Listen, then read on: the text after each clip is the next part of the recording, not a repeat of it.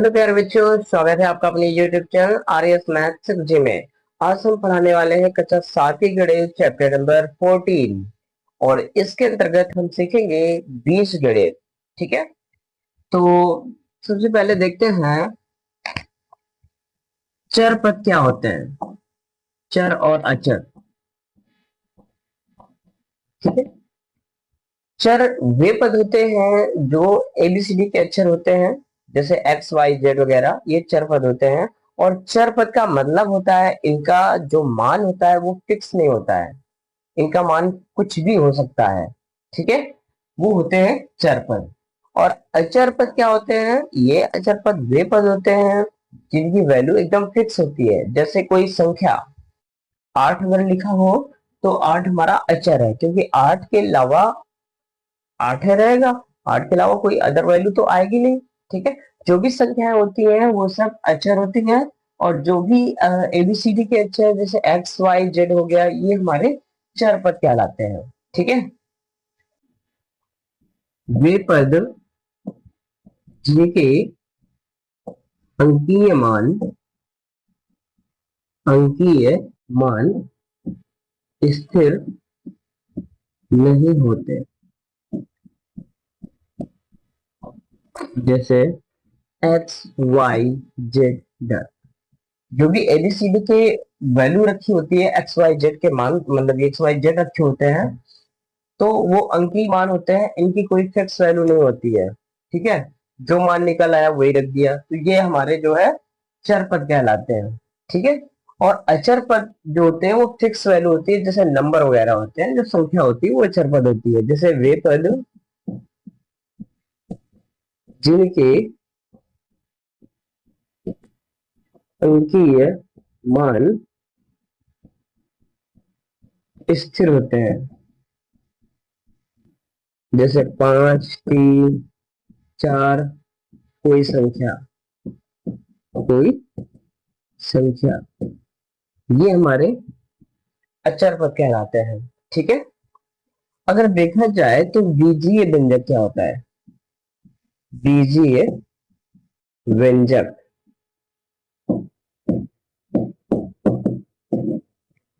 बीजीय व्यंजक मतलब बीजगणित है। बीजगणित का जो समीकरण बनता है वही बीजीय व्यंजक कहलाते हैं। तो बीजीय व्यंजक बनते कैसे हैं? तो चर और अचर से मिलकर बने समूह को, जिसमें प्लस माइनस गुणा भाग, ठीक है, ये सारी चीजों से जुड़े होते हैं, वो हमारे बीजीय व्यंजक कहलाते हैं। कैसे? देखिए जरा, यहाँ पे जैसे अगर यहाँ पे लिखे 4x + 3y + 7, ये हमारा क्या है? ये बीजीय व्यंजक है।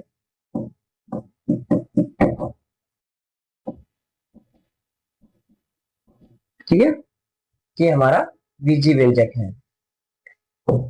चाहे तो 4x² y + 3x y² + 8, इस तरह का कोई भी समीकरण हो, ठीक है, जिसमें चर भी शामिल हो और अचर भी शामिल हो, और प्लस माइनस गुणा भाग किसी भी चीज से वो जुड़े हो, तो ऐसे जो समीकरण बने होते हैं वो बीजीय व्यंजक कहलाते हैं। ठीक है, चलिए, अगर जैसे हम चर और अचर का और एक रिलेशन ले लें, ए बराबर क्षेत्रफल, ऐसे देखो कि लंबाई एल है, चौड़ाई 3 है, तो क्षेत्रफल ए बराबर एल गुणे 3। तो 3 हमारा फिक्स वैल्यू है, ये है हमारा अचर। ओ सॉरी, ये 3 हमारी फिक्स वैल्यू, ये हमारा है अचर। और यल का मान कुछ भी हो सकता है, तो यल हमारा हो गया चर। बात समझ में आ गई? चलिए आगे देखते हैं।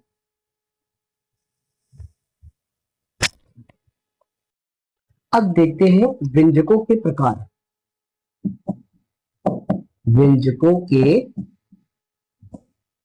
प्रकार, तो व्यंजक कितने प्रकार के होते हैं? तो देखिए, व्यंजक क्या होते हैं, अभी हमने बताया चर और अचर से मिलकर बने होते हैं।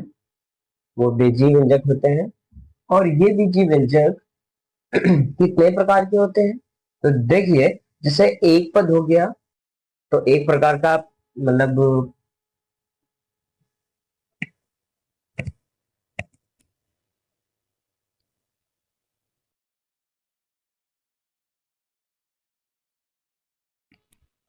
तो व्यंजकों के प्रकार, तो व्यंजक कितने प्रकार के होते हैं?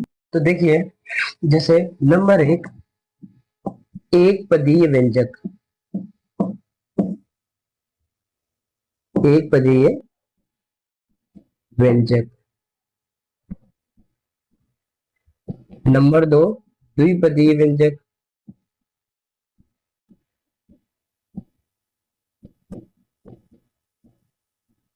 नंबर तीन, त्रिपदीय व्यंजक। नंबर चार, बहुपदीय व्यंजक। ठीक है, तो ये त्रिपदी को भी हम बहुपदी व्यंजक ही बोलते हैं। ठीक है, जिसमें एक पद होता है वो एक पदी व्यंजक कहलाता है। जैसे थ्री हो गया। ठीक है, थ्री में भले ही चर नहीं है, लेकिन इसको मान सकते हैं। क्यों? क्योंकि चर की घात जीरो हुए तो भी तो चर है, वो बहुपद है। ठीक है, तो एक पदीय व्यंजक है। तीन हो गया, या फोर बी हो गया, ये थ्री एक्स स्क्वायर वाई हो गया। तो जिसमें एक पद हो वो एक पदीय व्यंजक कहलाता है। ठीक है, द्विपदीय व्यंजक क्या होते हैं? जिसमें दो पद हो, जैसे four x plus y, three x plus two, nine x square y minus four x y. तो इस तरह से जो पद है ये हमारे द्विपदीय व्यंजक है, क्योंकि इन सब में दो दो पद है। त्रिपदी व्यंजक क्या होते हैं? जिसमें तीन पद होते हैं, जैसे four x plus two y plus z, फिर three x square plus four x plus nine. तो इसमें तीन तीन पद दिख रहे हैं, तो ये त्रिपदीय व्यंजक है। अगर लिख दिया जाए ऐसे कि five x plus three x plus two y, तो अब ये कहा जाए तीन पदीय व्यंजक है? तो नहीं है। पता है क्यों?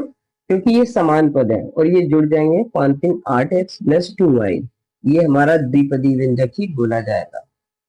ठीक है, तो ये भी देख लेना। ठीक है, बहुपदीय व्यंजक क्या होते हैं? जिसमें दो या दो से अधिक पद होते हैं वो बहुपदीय व्यंजक में गिने जाते हैं। जैसे ये द्विपदीय व्यंजक है, तो ये भी हमारा बहुपदीय व्यंजक ही कहलाएगा। ठीक है, जिसमें जैसे four x plus two y, ये भी हमारा बहुपदी व्यंजक है फिलहाल। ठीक है, क्योंकि बहुपदी व्यंजक में दो भी होता है और तीन या तीन से अधिक भी होते हैं। और यहाँ पे three x plus two y plus five, ये भी हमारा बहुपदी व्यंजक कहलाएगा। और four x plus three y plus z plus nine, ये भी हमारा बहुपदी व्यंजक ही कहलाएगा। तो ये रहे व्यंजकों के प्रकार। ठीक है, तो व्यंजक एक पदी, द्विपदी, त्रिपदी या त्रिपदी को हम बहुपदी भी बोल देते हैं। ठीक है, तो इस तरह से व्यंजक के प्रकार हो गए। अब देखते हैं गुणांक क्या होते हैं। अगर कहा जाए फाइव एक्स स्क्वायर वाई में वाई का गुणांक लिखिए, वाई का गुणांक लिखिए, तो वाई का गुणांक या किसी भी चीज का गुणांक, किसी भी चीज का गुणांक वह संख्या है जो उसमें गुणा में होती है। कहने का मतलब, अगर हम y का गुणांक बोल रहे हैं तो y के साथ किस संख्या का गुणा है?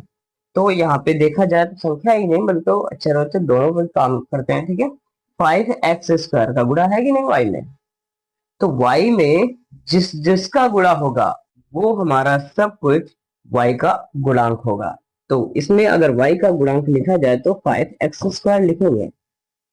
ठीक है, इसी प्रकार three x square y z में अगर हम कहें एक्स स्क्वायर का गुणांक बताइए। तो एक्स स्क्वायर को छोड़ दो, बाकी जितना है उतना लिख दो। अरे एक्स स्क्वायर के साथ जितने का गुणा है वही तो लिखोगे, तो बात तो वही है ना। एक्स स्क्वायर को छोड़ दो, बाकी सब लिख दो, 3y/z। तो किसी भी चीज का अगर गुणांक कहा जाए तो क्या नहीं लिख पाएंगे? आराम से लिख लेंगे। ठीक है, अगर इसमें कहा जाए कि जेड का गुणांक लिखिए, जेड का गुणांक क्या होगा, तो जेड को हटा दो, बाकी लिख दो 3x²y। तो अब ये गुणांक वाले बात तो अच्छे से समझ गए होंगे। ठीक है, चलिए अब समान पद और असमान पद क्या होते हैं उसके बारे में देख लेते हैं।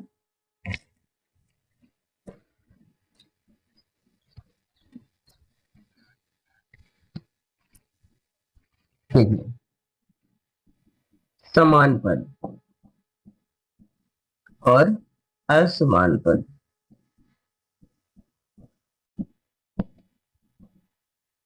समान पद वह बीजी व्यंजक है जिसमें जो अचर पद लगे, चर पद लगे होते हैं वो सेम घात में होना चाहिए और सेम संख्या में और सेम सेम होना चाहिए। जैसे 5ab लिखा हुआ है, तो हमारा 6ab, यानी ए बी ऐसा कोई पद हो जिसमें ए बी ही लिखा हो और कुछ ना लिखा हो, तो वो पद हमारे क्या होंगे? समान पद कहलाएंगे।